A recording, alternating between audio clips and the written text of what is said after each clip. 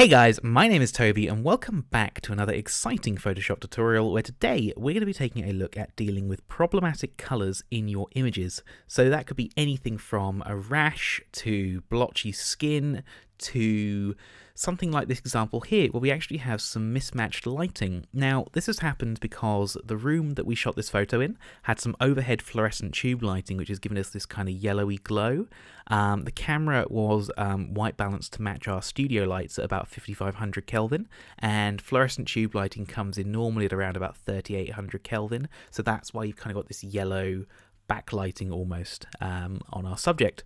But fortunately there's quite an easy fix to remove this. Now we could just go to Image, Adjustments, Hue and Saturation, but that is actually going to apply hue and saturation to this layer, and that's not a very flexible way of working. So what we're going to do instead is we're going to use a hue and saturation adjustment layer, and you can get to that one of two ways. You can either go to your adjustments panel and you can click this little icon here, or if you don't have that panel open you can go to Window, Adjustments, or if you don't want to have that window open you can go to Layer, New Adjustment Layer, Hue and Saturation, and it's going to ask us to name that and we're going to hit OK. So it's going to present you with a dialog a little bit like this. Now normally what happens with this is anytime you move any of these it's going to affect the image as a whole, which isn't really what we want to do. But fortunately there is a way around this. If you select where it says master you can actually change individual color channels. So we want to look at the yellows. Now we could just drag the saturation all the way down, or down quite a lot, but the problem is that while that has gotten rid of the yellows, it's also starting to affect kind of the colours in our shirt and that sort of thing, and I think we need to be a little bit more careful than that. So what we're going to do instead, bizarrely, is crank the saturation up to 100%. Now this is actually showing us what colours that we have selected, and to be fair I think this looks pretty good. We could probably stop here, but let's continue. So the reason we've done this is literally just so we can see very easily what colours we have selected, and we can change the colours that we have selected by using this little gizmo down here. And what we have is anything in between these two white points is going to be affected by any changes you make up here, kind of at a 100% strength. Anything between this point and the end point here is going to kind of fade off. So the oranges are going to be more or less 100% affected, but then the reds down here are going to be affected very little. Same on the other side, except in reverse. So the light greens are kind of going to be quite affected, but the more rich greens maybe not so much. And that's kind of what this does. So if you drag this out, you're basically increasing the fade on there. But what we can do is we can grab these handles and we can really kind of crush down and limit the colours that we're going to affect. And we just drag this whole thing over. We're going to start to really narrow it down, so we're just going to get some of our oranges and yellows selected. And we just want a little bit more. There we go. So now that we've done that, we can drag our saturation back down a little bit, probably down a little bit more than we would do otherwise. And now I'm going to change the hue to try and kind of match his skin tone. So I'm really looking here to try and match this bit of his skin to the rest of him. And maybe change the hue a little bit. Yeah, something like that. Desaturate it and then maybe lighten it.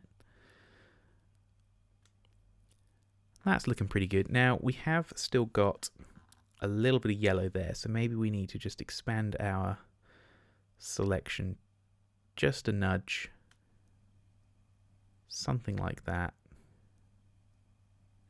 There we go.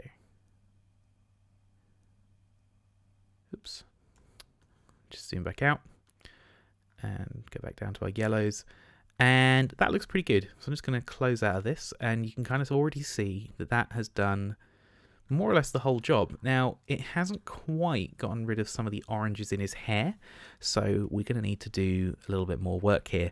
Now we could just come back in here, pick a different color channel, because you don't have to use, if it says green, you don't have to use it to change the greens. I could drag this down to the reds and then it's going to change the name to reds 2. So instead of greens, then we now have reds 2. So you're not really, it doesn't really matter which one of these you pick as long as it's one of them. But the problem is that if we, let's say, wanted to make some changes to this adjustment layer, but we didn't want to change the next bit, that would be more difficult. So it's better to work on, for each change you're going to make, do a different adjustment layer. So I'm going to add another hue and saturation adjustment layer, and we're just going to look, I'm going to come in right here down into his hair, and we'll go to, just to prove my point, let's go to cyans, why not? And you can actually, if you're not sure kind of where you need to be, you can actually use these tools here to select your colors. So I'm going to put this up to 100%, and then I'm just going to kind of click in there, and that's going to get us kind of in the ballpark of what we need to be looking at. So let's bring these in quite a lot.